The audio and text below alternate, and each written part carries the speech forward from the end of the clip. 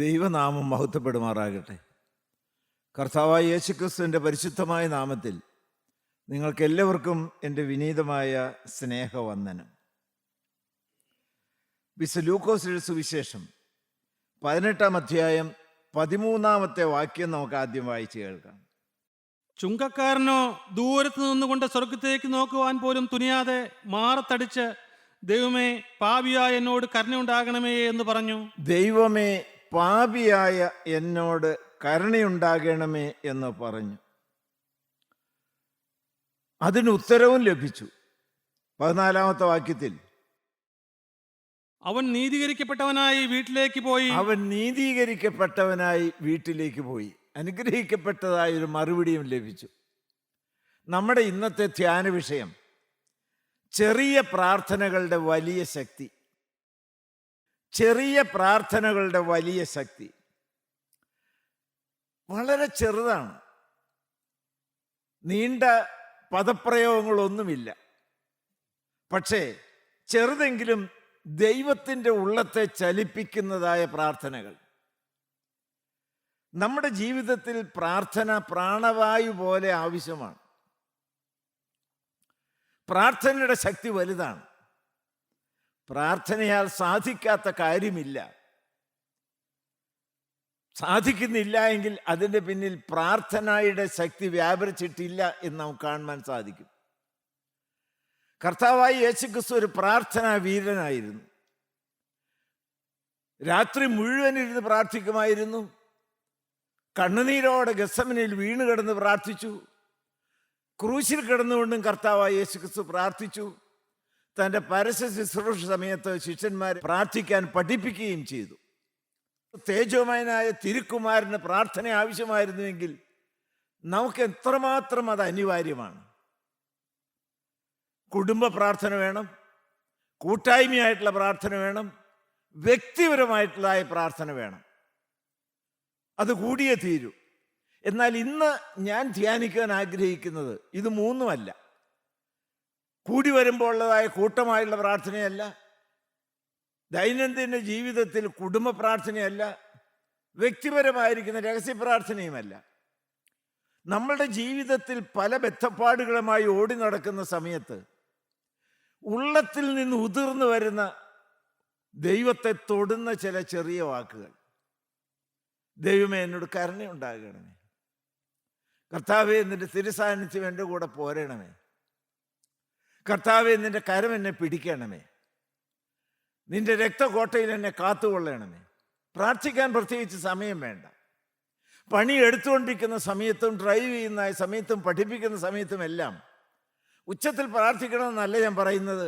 അത് അന്തരംഗത്തിൽ ആ വാചകങ്ങൾ ദൈവത്തോട് നമുക്ക് ഉണർത്താവുന്നതാണ്. ഇപ്പോൾ നാം വായിച്ചു കേട്ടത് ചുങ്കക്കാരൻ്റെ പ്രാർത്ഥനയാണ്.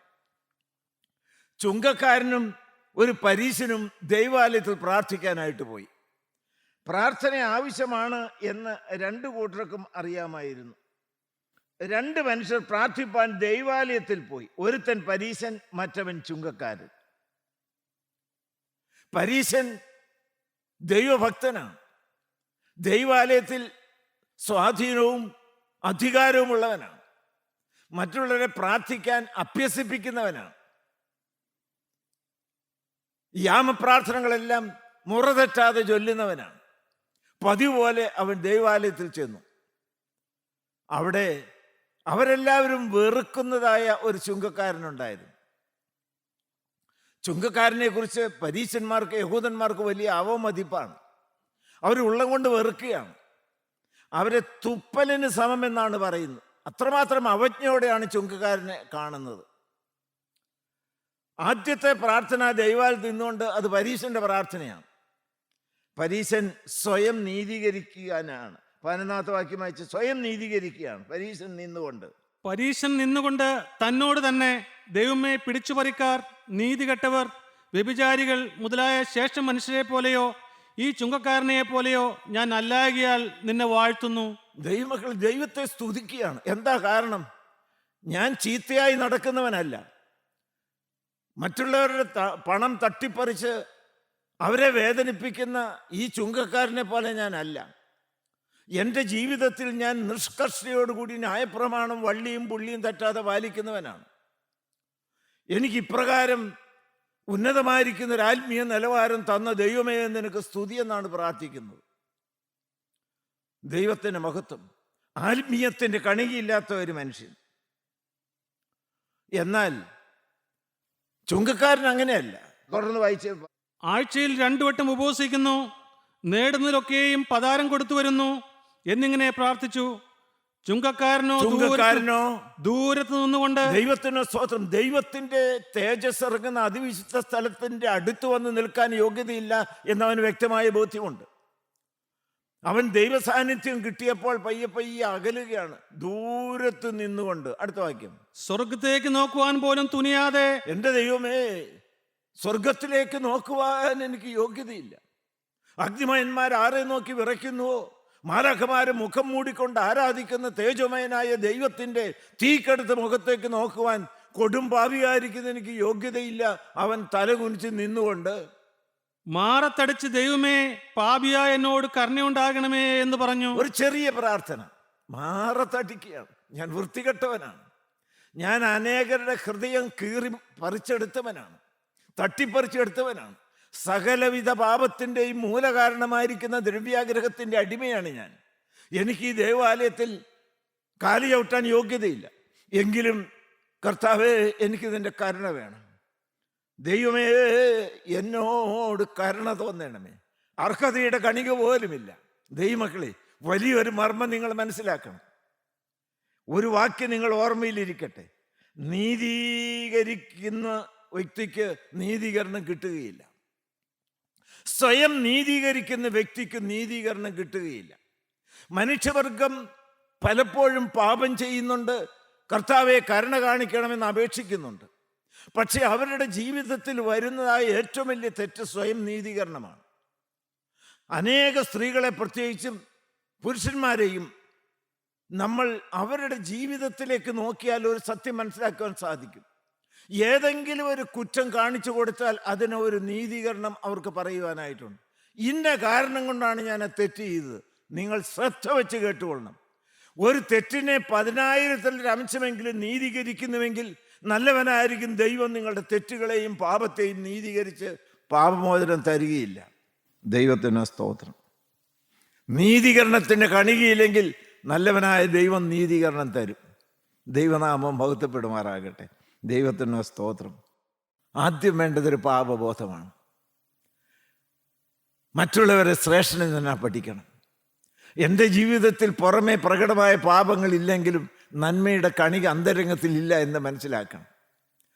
എന്നെ ഭരിക്കുന്ന ഒരു സ്വയമുണ്ട് എന്ന് നിങ്ങൾ തിരിച്ചറിയണം. പുറമേ വൃത്തികെട്ടൊരു പാപത്തിനോ ലൈംഗികമായിരിക്കുന്ന വീഴ്ചകൾക്ക് പോകുന്നില്ല എങ്കിലും സ്ത്രീയെ മോഹത്തോടെ നോക്കുന്ന മോഹത്തിൻ്റെ പാപം എൻ്റെ ജീവിതത്തിലുണ്ട് എന്ന് മനസ്സിലാക്കണം. കർത്താവായ യേശുക്രിസ്തു കാണിച്ചു തന്ന താഴ്മയുടെ മാതൃക ഇതുവരെയും എൻ്റെ ജീവിതത്തിൽ പ്രാവർത്തികമാക്കാൻ സാധിച്ചിട്ടില്ലല്ലോ എന്നുള്ള സത്യം നിങ്ങൾ തിരിച്ചറിയണം. ദൈവത്തിന് സ്തോത്രം. നിങ്ങളിപ്പോൾ എന്തു പറയുന്നു? നിങ്ങൾ പ്രാർത്ഥനയ്ക്കായി നിൽക്കുമ്പോൾ പരീശൻ്റെ മനോഭാവമാണോ ചുങ്കക്കാരൻ്റെ മനോഭാവമാണോ? സഹോദര സഹോദരി, എന്തുകൊണ്ടാണ് പാപത്തിന്മേൽ ജയം കിട്ടാത്തത്?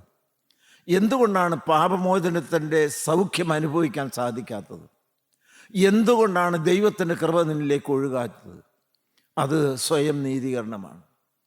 അനുതാപമില്ല. ഞാൻ എപ്പോഴും പറയാറുണ്ടല്ലോ, Christianity begins with a sense of sin. സ്വർഗം സന്തോഷിക്കുന്ന ഒരു വാക്കുണ്ട്. ദൈവമേ മഹാഭാവി എന്നോട് കരുണ തോന്നണമേ. ദൈവത്തിൻ്റെ സ്തോത്രം. എനിക്ക് അർഹതയില്ല കർത്താവേ. കരുണയുടെ ബേത്തും പ്രകാരം ലംഘനങ്ങളെ മായ്ച്ചു കളയണമേ. അപ്പോൾ സ്വർഗം ചലിക്കും. ദൈവനാമം മഹത്വപ്പെടുമാറാകട്ടെ. അവനെങ്ങനെയാണ് ദൈവാലയത്തിലേക്ക് ചെന്നത്? കൊടുംപാപിയായിട്ടാണ്. സ്വർഗത്തിലേക്ക് നോക്കുവാൻ യോഗ്യതയില്ലാത്തവനാണ്. പക്ഷേ എങ്ങനെ തിരിച്ചു പോന്നു? ഹല്ലേലൂയ. അവൻ നീതീകരിക്കപ്പെട്ടവനായി വീട്ടിലേക്ക് പോയി. പരീശനോ അങ്ങനെയല്ല. കർത്താവ് അവസാനം അതിനൊരു ഗുണപാഠം പറയുന്നുണ്ട്.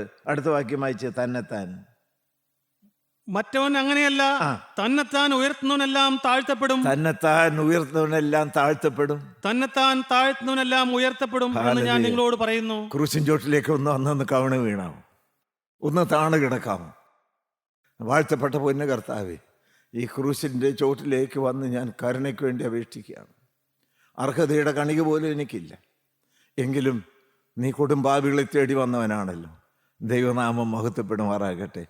ഒന്നാമത്തെ ചെറിയ പ്രാർത്ഥന, അതിൻ്റെ വലിയ ശക്തി. ചുങ്കക്കാരൻ്റെ പ്രാർത്ഥന, ദൈവമേ പാപിയായ എന്നോട് കരുണ തോന്നണമേ. ആ ദൈവാലയത്തിൽ നിന്ന് പ്രാർത്ഥിച്ചത് തേജോമയനായ സ്വർഗോന്നതനായ ദൈവം കേട്ടു. മറുപടി ഒഴുകി വന്നു. നീതീകരിക്കപ്പെട്ടവനായി സന്തോഷത്തോടെ സമാധാനത്തോടെ അവൻ മടങ്ങിപ്പോയി. ദൈവത്തിൻ്റെ സ്തോത്രം. രണ്ടാമത്തെ ചെറിയ പ്രാർത്ഥന ഏതാണ്? മത്തായിയുടെ സുവിശേഷം 15-ാം അധ്യായം 22-ാമത്തെ വാക്യം. ആ ദേശത്ത് നിന്ന് ഒരു കനാന്യ സ്ത്രീ വന്ന് അവനോട്, കർത്താവേ ദാവീദ് പുത്ര, എന്നോട് കരുണ തോന്നണമേ, എൻ്റെ മകൾക്ക് ഭൂതോപദ്രവം കഠിനമായിരിക്കുന്നുവെന്ന് നിലവിളിച്ചു പറഞ്ഞു. ഗുരുതരമായിരിക്കുന്നൊരു പ്രശ്നവുമായിട്ടാണ് കനാന്യ സ്ത്രീ വന്നിരിക്കുന്നത്. അവൾക്ക് ഒരു മകളുണ്ട്, സ്നേഹത്തോടെ വാത്സല്യത്തോടെ പോറ്റി വളർത്തുന്ന മകള്. ഇപ്പോൾ അവളുടെ അവസ്ഥ ഗുരുതരമാണ്. ചെകുത്താൻ കയറിയിരിക്കുകയാണ്. അത് ലളിതമായിട്ടല്ല, വളരെ ക്രിട്ടിക്കലാണ്. ഭൂതോദ്രവം കഠിനമായിരിക്കുന്നു. ഒരു ചെകുത്താൻ, ഒരു ഭൂതം അവളിൽ കയറിയിട്ട് എന്തെല്ലാമാണ് കാണിച്ചു കൂട്ടുന്നത്. ഒരു പെറ്റ തള്ളയല്ലേ, എങ്ങനെ അത് കണ്ടുകൊണ്ട് നിൽക്കും? എങ്ങനെ അത് സഹിക്കും? ദൈവത്തിന് സ്തോത്രം. അവൾ എന്തു ചെയ്യും? ഒരു വൈദ്യൻ്റെ അടുക്കൽ ചെന്നാലും ഈ ഭൂതബാധയ്ക്ക് പരിഹാരം കാണുന്നില്ല, കിട്ടുന്നില്ല. അവൾ ജീവിതത്തിൽ വളരെ ഭാരപ്പെട്ടു. ഈ കുഞ്ഞിൻ്റെ അവസ്ഥ കണ്ടുകൊണ്ട് കണ്ണുനീരോടെ വേദനിച്ച് കരഞ്ഞു. അവസാനം കർത്താവായ യേശുക്രിസ്തുവിന്റെ അടുക്കിലേക്ക് ചെന്നു. ദൈവത്തിന് സ്തോത്രം. കനാന്യ സ്ത്രീ പ്രാർത്ഥിച്ചു, കർത്താവേ ദാവീദ് പുത്ര, എന്നോട് ഒന്ന് കരുണ തോന്നണമേ. നിങ്ങളുടെ ഉള്ളത്തിൽ നിന്നും ഈ പ്രാർത്ഥന വരണം. ഹല്ലേലൂയ. ഞാൻ നിങ്ങളോട് കൈകൂപ്പിക്കൊണ്ട് പറയട്ടെ, ആ പ്രാർത്ഥന കേട്ട, ചുങ്കക്കാരൻ്റെ പ്രാർത്ഥന കേട്ട, കനാന്യ സ്ത്രീയുടെ പ്രാർത്ഥന കേട്ട, യേശു എൻ്റെ ഉള്ളത്തിൻ്റെ ഞരക്കവും കേൾക്കുന്നു എന്നുള്ളത് അനുഭവിച്ചുകൊണ്ട് നിങ്ങളോട് സാക്ഷിക്കട്ടെ മക്കളെ. അവനിപ്പോൾ നമ്മുടെ മധ്യത്തിൽ വന്നിട്ടുണ്ട്. Hallelujah, hallelujah. വചനമായിട്ട് കർത്താവായ യേശുക്രിസ്തു നമ്മളെ തലോടി മുട്ടി ഉരുമി പോവുകയാണ്. നിങ്ങൾ ഓരോരുത്തരും ഉള്ളം തൊട്ടൊന്ന് പ്രാർത്ഥിക്കണം. എന്താണ്? നിങ്ങളുടെ ജീവിതത്തിൽ വ്യാപരിക്കുന്നതായ അനേക പാപങ്ങളില്ലേ? കോപമില്ലേ? വാശിയില്ലേ? അടക്കാൻ വയ്യാത്തതായ അഹങ്കാരമില്ലേ? ലൈംഗികമായിരിക്കുന്ന വൃത്തികെട്ട പാപത്തിൻ്റെ അടിമകളല്ലേ പലരും? കുടുംബജീവിതത്തെ തകർത്തവരില്ലേ? ദൈവത്തിന് സ്തോത്രം. ദൈവമക്കളെ, ഞാൻ നിങ്ങളോട് വ്യക്തമായി പറയട്ടെ, ഇതിൻ്റെ എല്ലാം പിന്നിൽ വ്യാപരിക്കുന്ന ഒരു ഭൂതമുണ്ട്, ഒരു സാത്താനുണ്ട്. കർത്താവായി യേശുക്രിസ്തു നമ്മളെ മെനഞ്ഞത് ദൈവത്തിൻ്റെ മന്ദിരമായിട്ടാണ്. ദൈവത്തിൻ്റെ മന്ദിരമായി, ദൈവത്തിൻ്റെ പരിശുദ്ധാത്മാവിൻ്റെ കുടിയിരിപ്പ് ഭവനമായി നമ്മളെ മെനഞ്ഞു. എന്നാൽ ഇന്ന് കള്ളന്മാരുടെ ഗുഹയായി തീർന്നിരിക്കുകയാണ്. അവിടെ ആരാധന നടക്കുന്നുണ്ട്, യാഗം നടക്കുന്നുണ്ട്, പ്രാർത്ഥനകൾ നടക്കുന്നുണ്ട്, ധൂപം ഉയരുന്നുണ്ട്, ആടുകളെ യാഗമായി അർപ്പിക്കുന്നുണ്ട്. ഇതെല്ലാം നടക്കുന്നുണ്ട്. ദൈവമക്കളെ, പരിപാടികളെല്ലാം നടക്കുന്നുണ്ട്, കർമ്മ പദ്ധതികളെല്ലാം നടക്കുന്നുണ്ട്, എല്ലാ ആഴ്ചകളിലും നടക്കുന്നുണ്ട്, എല്ലാ ദിവസങ്ങളിലും നടക്കുന്നുണ്ട്. പക്ഷെ ചെകുത്താനോടെ കൂടിയിരിക്കുകയാണ്, കള്ളന്മാരോടെ വാഴുകയാണ്. ദൈവത്തിന് സ്തോത്രം. അതിന് ഈ കർമ്മപരിപാടികൾ കൊണ്ട് ഒരു നീക്കവും വരുന്നില്ല. സുഖിച്ച് സാത്താനോടെ വാഴുകയാണ്. എന്നാൽ ഒരുത്തൻ അവൻ അതിൻ്റെ അകത്തേക്ക് കടന്നു വന്നു. ദൈവത്തിന് സ്തോത്രം. കാൽവറിയിൽ കർത്താവായ യേശുക്രിസ്തു പിശാചിന്റെ തലയെ ചതച്ചു, ജയോത്സവം കൊണ്ടാടി. ആ യേശു നമ്മുടെ മധ്യത്തിൽ നിന്ന് ഉയർത്തുന്നതിന് ജീവിക്കുന്നു. കള്ളന്മാരുടെ ഉകയായി തീർന്ന ആരെങ്കിലും ഇത് കേൾക്കുന്നുണ്ടോ? പ്രശ്നത്തിന് പരിഹാരം നമ്മുടെ ഏതെങ്കിലും പുണ്യപ്രവർത്തികളോ ആചാരങ്ങളോ ദൈവമക്കളെ ചില ദൈവാലയത്തിൽ നടക്കുന്നതായ പരിപാടികളോ ഒന്നുമല്ല. വേണ്ടെന്നല്ല ഞാൻ പറയുന്നു. പക്ഷേ ഭൂതത്തെ അകറ്റുവാൻ അധികാരമുള്ള ചെകുത്താൻ്റെ തലയെ ചതച്ച കർത്താവായ യേശുക്രിസ്തു മാത്രം കടന്നു വന്നാലേ ഭൂതബാധയിൽ നിന്ന് വിടുതൽ ലഭിക്കുകയുള്ളൂ. സ്ത്രീക്കത് മനസ്സിലായി. സ്ത്രീ അങ്ങോട്ട് ചെന്നു. ദൈവത്തിന് സ്തോത്രം. കർത്താവേ ദാവീദ് പുത്ര, എന്നോട് കരുണ തോന്നണമേ. വലിയ തടസ്സങ്ങളായി. ഞാൻ വായിക്കാൻ സമയമെടുക്കുന്നത്, ശിഷ്യന്മാർ കർത്താവിൻ്റെ അടുക്കൽ ചെന്ന് പറഞ്ഞു, ഇവിടെ പറഞ്ഞയക്ക്.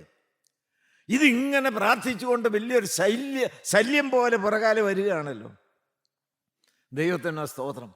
അപ്പോൾ അപ്പോൾ ശിഷ്യന്മാരെങ്ങനെ പറഞ്ഞെങ്കിലും കർത്താവിൽ നിന്ന് അനുകൂലമായിരിക്കുന്ന ഒരു പ്രതികരണം ഉണ്ടാകുമെന്നാണ് അവൾ ധരിച്ചത്. എന്നാൽ ദൈവമക്കളെ, കർത്താവ് പറഞ്ഞു, ഞാൻ വന്നത് മക്കൾക്ക് വേണ്ടിയിട്ടാണ്. മക്കളുടെ അപ്പം എടുത്ത് നായ്ക്കൾ കുട്ടികൾക്ക് കൊടുക്കാറില്ല. കർത്താവ് നിരുത്സാഹപ്പെടുത്തുകയാണ്. ഹല്ലേലൂയ, ദൈവത്തിന് സ്തോത്രം. പക്ഷെ അവൾക്ക് വേറെ പോക്കടമില്ല. അവൾ അയ്യം വിളിച്ച് അള്ളിപ്പിടിച്ച് യേശുവിൻ്റെ പിന്നാലെ കണ്ണുനീരോടെ അപേക്ഷിച്ചുകൊണ്ട് നടക്കുകയാണ്. 25-ാമത്തെ വാക്യത്തിൽ വീണ്ടും ഒരു ചെറിയ പ്രാർത്ഥന കാണാം. 25-ാമത്തെ വാക്യത്തിൽ 15-25. എന്നാൽ അവൾ വന്ന് കർത്താവേ എന്നെ സഹായിക്കണമേ എന്ന് പറഞ്ഞ് അവനെ നമസ്കരിച്ചു. കർത്താവേ എന്നെ സഹായിക്കണം. വലിയൊരു മർമ്മം അവിടെയുണ്ട് ദൈവമക്കളെ. നിങ്ങൾക്ക് അർത്ഥം മനസ്സിലായോ? ദൈവസന്നിധിയിൽ വിശ്വാസത്തോടെ കടന്നു എന്ന് പ്രാർത്ഥിക്കുന്ന ഒരു ദൈവപൈതലിന് അനേക തടസ്സങ്ങൾ വരും.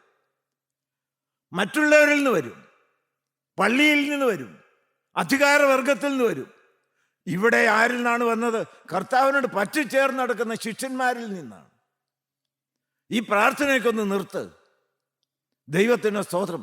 നിങ്ങളെപ്പോലെയുള്ള ചില അധമഭാവികളുടെ പ്രാർത്ഥനയ്ക്ക് ഉത്തരം നൽകാനല്ല കർത്താവ് വന്നിരിക്കുന്നത്. ഞങ്ങളെപ്പോലെയുള്ള ഉന്നതന്മാരുടെ പ്രാർത്ഥനയ്ക്കാണ് മറുപടി ലഭിക്കുന്നത്. അതൊക്കെ ആയിരിക്കും അവരുടെ കാഴ്ചപ്പാട്. കർത്താവായ യേശുക്രിസ്തുവും അവളെ നിരുത്സാഹപ്പെടുത്താനായിട്ട് നോക്കി. ഹല്ലേലൂയ, ദൈവത്തിന് സ്തോത്രം. പക്ഷെ അവൾ പിന്മാറിയില്ല. കർത്താവേ എന്നെ ഒന്ന് സഹായിക്കണം. ഉത്തരം എന്നാന്ന് മനസ്സിലായോ? വായിച്ച് 15-28 വായിച്ച്. യേശു അവളോട് സ്ത്രീയെ, നിന്റെ വിശ്വാസം വലിയത്, നിന്റെ ഇഷ്ടം പോലെ നിനക്ക് ഭവിക്കട്ടെ എന്ന് ഉത്തരം പറഞ്ഞു. സ്ത്രീയെ, ഇവിടെയാണ് വിശ്വാസം. പരിശോധനകളെ അതിജീവിക്കുന്ന വിശ്വാസം, അതിജീവന വിശ്വാസം. തടസ്സങ്ങൾ വരും. കർത്താവ് ഉൾപ്പെടെ പ്രോത്സാഹനം നൽകിയില്ല. എങ്കിലും ഞാൻ ആവശ്യക്കാരിയാണ്. വേറെ എവിടെ പോയാലും ഈ ഭൂതബാധയിൽ നിന്ന് വിടുതൽ ലഭിക്കില്ല എന്ന് അവൾക്ക് ഉത്തമമായ ബോധ്യമുണ്ട്. ദൈവത്തിന് സ്തോത്രം. നിന്റെ വിശ്വാസം വലുത്.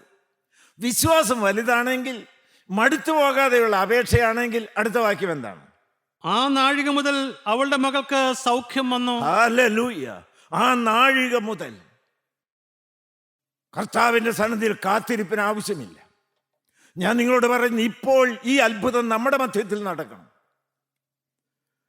കണ്ടാലും ലോകാവസാനത്തോളം നിങ്ങളോട് കൂടെ ഇരിക്കാമെന്ന് പറഞ്ഞവൻ, 2-3 പേർ എൻ്റെ നാമത്തിൽ എവിടെ കൂടിയാലും അവരുടെ മധ്യത്തിൽ ഞാനുണ്ടോ എന്ന് വ്യക്തമായി വാക്കും ഉറപ്പും നമുക്ക് തന്നവൻ, വാഗ്ദത്തങ്ങൾ വിശ്വസനായി ഞാൻ 100% വിശ്വസിക്കുന്നു.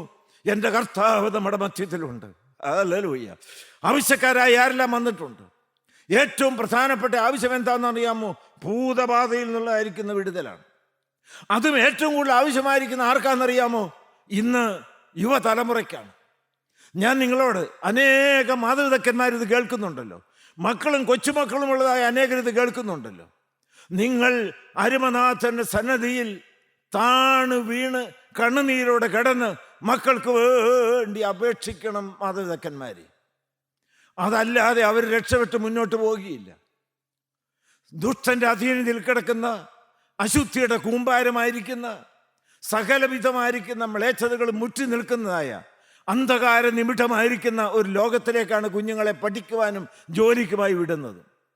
അവർ പ്രണയത്തിലും മദ്യത്തിലും ലോകത്തിൻ്റെ പ്രതാപത്തിലുമെല്ലാം അഴിഞ്ഞാടി നടന്ന് സാത്താൻ്റെ ആയുധങ്ങളായി മാറിയിരിക്കുകയാണ്. നിങ്ങൾ ദൈവസന്നിധിയിൽ കരയണം. യുവതലമുറയെക്കുറിച്ച് ഞാനിപ്പോൾ ആരോടും വിശദീകരിക്കേണ്ട കാര്യമില്ല. നിങ്ങൾ എന്തു പറയുന്നു? ഒരു മാറ്റം വരണ്ടേ? അതിനെന്ത് ചെയ്യണം? വിശ്വാസത്തോടെ ചെല്ലണം. തടസ്സങ്ങൾ വരും, ഉത്തരം ഉടനെ കിട്ടിയില്ല എന്ന് വരും. പക്ഷേ ആദ്യം പ്രാർത്ഥിച്ചു, കർത്താവേ എന്നോട് കരുണ തോന്നണമേ. പിന്നീട് തടസ്സങ്ങളെ അതിജീവിച്ചുകൊണ്ട് അവൾ പറഞ്ഞു, കർത്താവേ എന്നെ സഹായിക്കണമേ. ഉത്തരം ഇറങ്ങി വരും.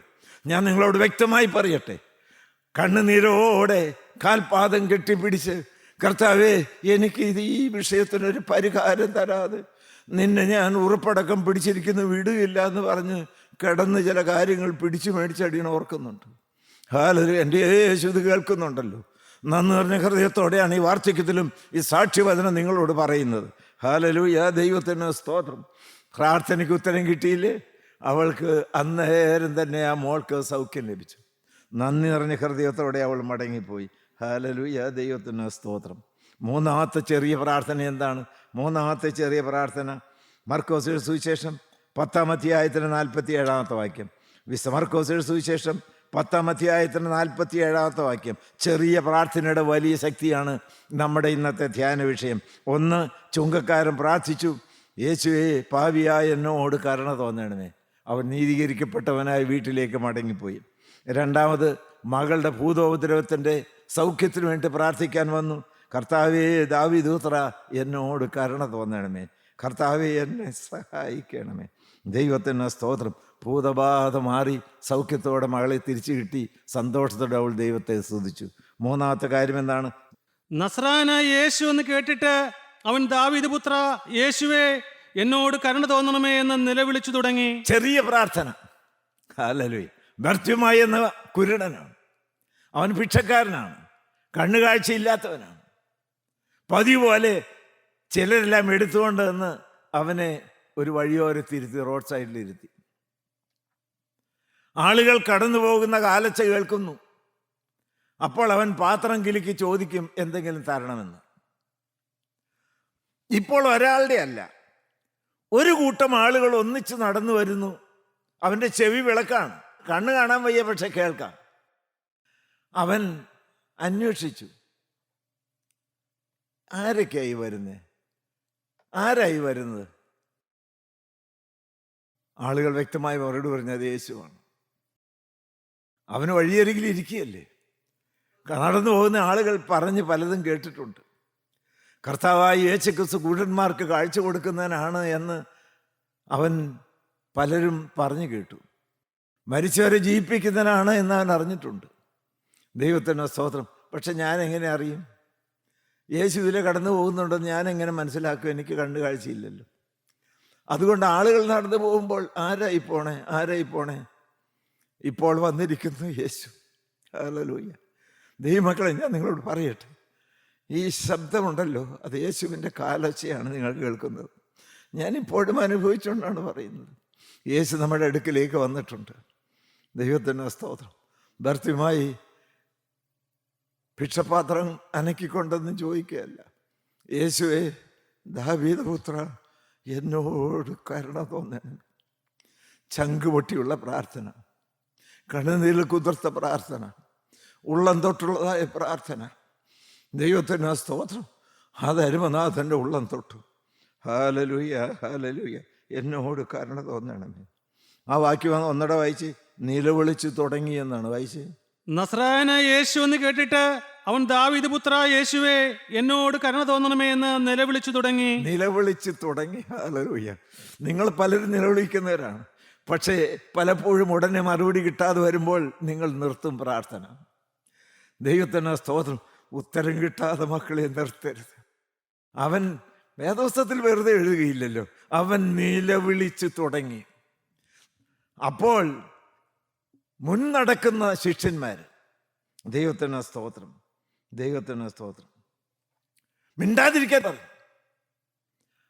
മിണ്ടാതിരിക്കാൻ പറഞ്ഞ് അവരെ ശാസിച്ചു. വായിച്ചേ.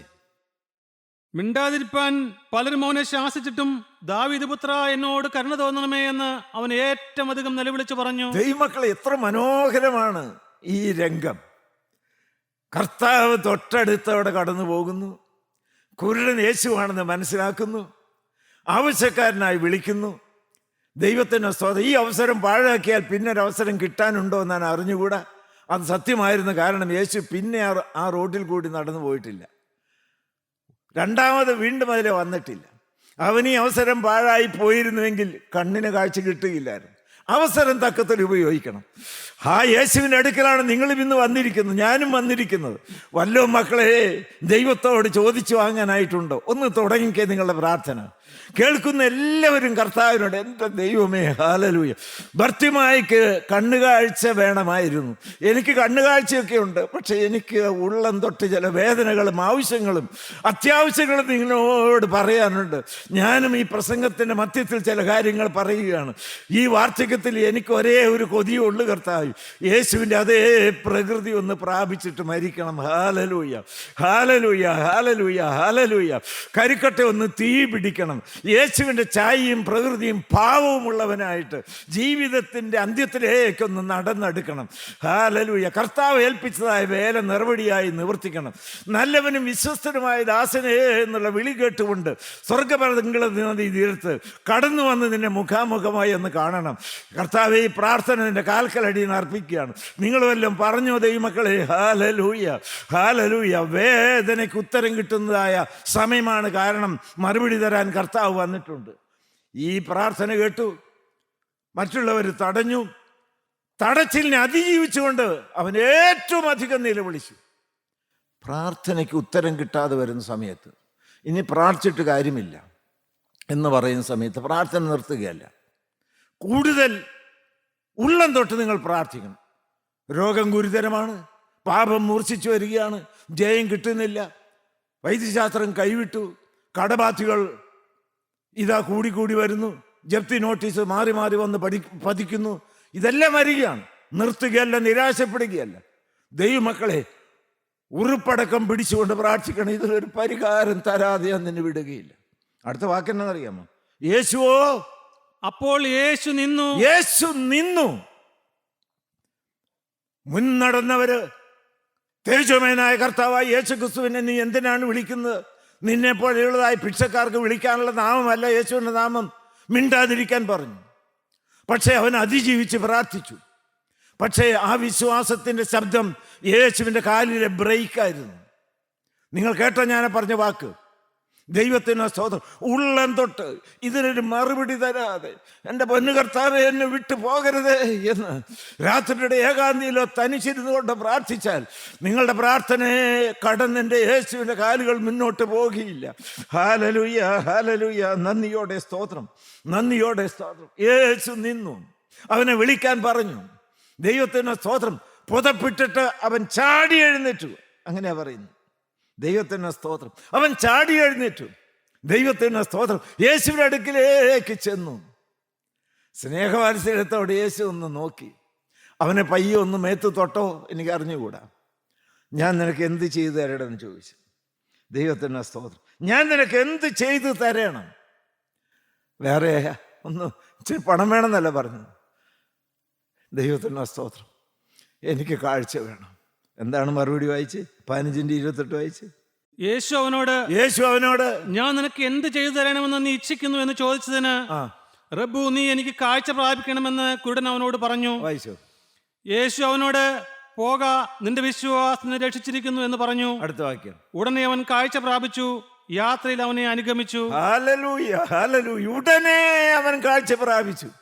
അവന്റെ കാലടികൾ യേശുവിന്റെ പിന്നാലെയാണ്. ഹല്ലേലൂയ. നന്ദിയോടെ സ്തോത്രം. ദൈവമക്കളെ, ഇപ്പോൾ യേശുവിൻ്റെ സാന്നിധ്യം നിങ്ങൾക്ക് അനുഭവിക്കാൻ സാധിക്കുന്നുണ്ടോ? നിങ്ങളുടെ ഉള്ളത്തിൻ്റെ ആഗ്രഹങ്ങൾ യേശുവിൻ്റെ കാൽക്കൽ സമർപ്പിച്ചോ നിങ്ങൾ? ഹല്ലേലൂയ. നിങ്ങളുടേതായ ജീവിതത്തിൻ്റെ വേദനകൾ യേശുവിനോട് പറഞ്ഞോ? ഏറ്റവും വലിയ അത്യാവശ്യം പാപമോചനമാണ്. Hallelujah, hallelujah. ഏറ്റവും വലിയതായ ജീവിതത്തിൻ്റെ കൊതി യേശുവിൻ്റെ അതേ പ്രകൃതി പ്രാപിക്കണമെന്നാണ്. അത് അരുമനാഥൻ്റെ കാൽക്കൽ വീണുകൊണ്ട് ഇപ്പോൾ നിങ്ങൾ പ്രാർത്ഥിച്ചാൽ ഉടൻ മറുപടി കിട്ടും. മറുപടി കിട്ടിയതിന് ശേഷം അവൻ എന്ത് ചെയ്തു? അവൻ്റെ വഴിക്ക് പോവുകയല്ലേ ഇത്? യേശുവിൻ്റെ കാലടികളെ പിന്തുടർന്നു. നമുക്ക് പ്രാർത്ഥിക്കാൻ കാരണം നിറഞ്ഞ ദൈവമേ, ഈ സ്വർഗീയ നിമിഷങ്ങൾക്കായി ഞങ്ങൾ നിന്നെ സ്തുതിക്കുന്നു. നീ ഞങ്ങളുടെ മധ്യത്തിലുള്ളതിനാൽ സ്തോത്രം. മറുപടി ഒഴുകി വരുന്നതിനാൽ സ്തോത്രം. ഹല്ലേലൂയ. ഭർത്തിമായ്ക്ക് കാഴ്ച കൊടുത്തവൻ, കനാന്യസ്ത്രീയുടെ മകളുടെ ഭൂതദ്രവം മാറ്റിക്കൊടുത്തവൻ. ഹല്ലേലൂയ. നന്ദിയോടെ സ്തോത്രം. ചുങ്കക്കാരൻ്റെ പാപക്കടങ്ങൾക്കെല്ലാം പരിഹാരം വരുത്തിയവൻ. ഇപ്പോൾ ഞങ്ങൾക്ക് മോചനം തരണമേ, സൗഖ്യം തരണമേ, സ്വർഗരാജ്യത്തിൻ്റെ അവകാശങ്ങളാക്കി തീർക്കണമേ, മഹത്വം തിരുമേനി എടുക്കണമേ. യേശു കർത്താവിൻ്റെ പരിശുദ്ധ നാമത്തിൽ അപേക്ഷിക്കുന്നു. കൃപയോടെ കേട്ട് ഉത്തരമരുളുമാറാകണമേ. ആമീൻ. ഹല്ലേലൂയ.